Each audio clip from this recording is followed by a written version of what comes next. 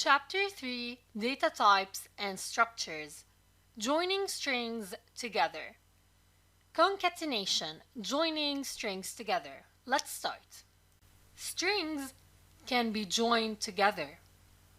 What is this called? It is called concatenation.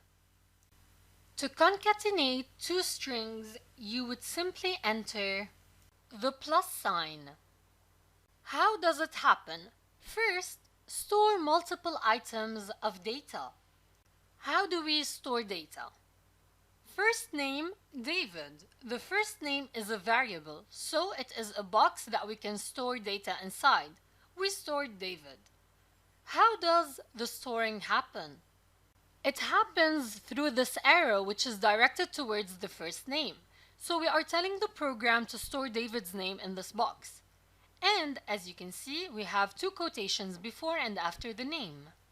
Then we have another variable, which is last name.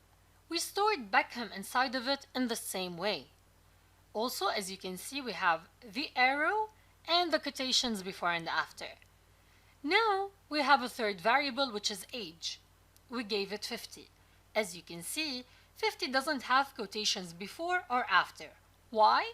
Because we only put quotations if we are storing a name or something that has letters. However, if the data we are storing is numbers only, it doesn't need quotations.